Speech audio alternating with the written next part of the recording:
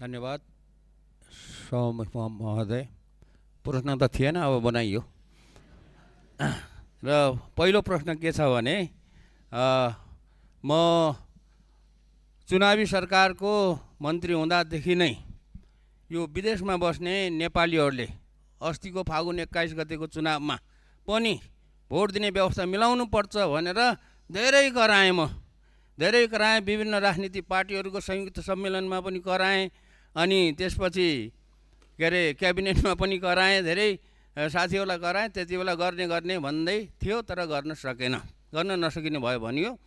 अब अस्तिको चुनावमा त्यो भोट दिने व्यवस्था गर्न नसके पनि अब आउने 82 मा स्थानीय सरकारको प्रदेश सरकारको चुनाव हुँदैछ।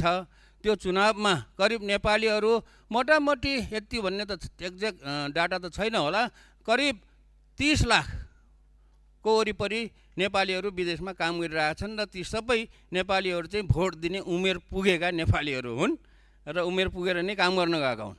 त्यसैले ती नेपालीहरूलाई यो अब आउने चुनावमा भोट दिने व्यवस्था के गरिँदैछ, यो चाहिँ छिटै हुनु पर्यो, किनभने 84 त आइहाल्छ, 83 लागिसक्यो, 84 भनेको अर्को वर्ष हो। यो चाहिँ कति छिटो काम भइरहेछ, के भइरहेछ त्यो जान्न चाहन्छु। र अर्को कुरा त मेरो बाँदरको समस्या भन्ने थियो, के हुँदैछ भनेर, अनि उहाँ अर्को मान्यले राखिसक्नु भयो।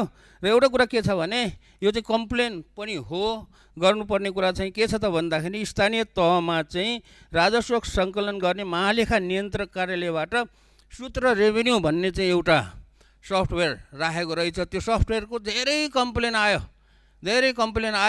अनि जनताहरूले चाहिँ समयमा चाहिँ पाउन सकेनन्, सेवा पाउन सकेनन्। कहिले के बिग्रियो भन्छ अरे, कहिले के बिग्रियो, कहिले सर्भर डाउन इत्यादि गर्दाखेरि यो चाहिँ धेरै के अरे पालिकाहरूबाट मलाई कम्प्लेन आएको हुनाले यो कुरा सुनाइदिनु भनेको हो।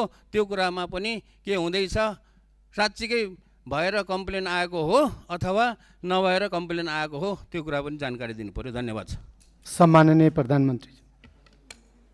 सम्माननीय सभामुखज्यू, मान्य सदस्यज्यूले राख्नु भएको कुराहरू उहाँहरूको इन्टरिम गभर्मेन्ट हुँदा पनि उहाँहरूले उठाउनु भएको थियो। त्यसमा एउटा समस्या चाहिँ के छ भन्दाखेरि विदेशमा रहनुभएको नेपाली दाजुभाइ दिदीबहिनीहरूले भोट हाल्दाखेरि दुईवटा उपाय रहेछन्। एउटा चाहिँ एम्बेसीमा गएर भोट दिने, अर्को चाहिँ मोबाइलबाट भोट दिने।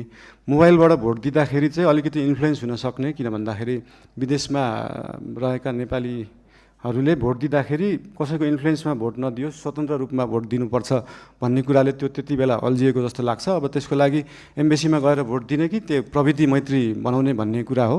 यस विषयमा चाहिँ नेपाल सरकारले छलफल गरेर आगामी चुनावमा के कसो गर्न सकिन्छ यसको लागि अध्ययन गर्ने नै छ। र बाँकी त्यो सूत्रको विषयमा हाम्रो विज्ञान यो आइटीका मन्त्रीज्यूलाई यो सम्बन्धी सुन्नु नै भयो होला, उहाँलाई चाहिँ यो सम्बन्धी तुरुन्त व्यवस्थापन गर्न निर्देशन पनि दिन चाहन्छु। हस्, धन्यवाद।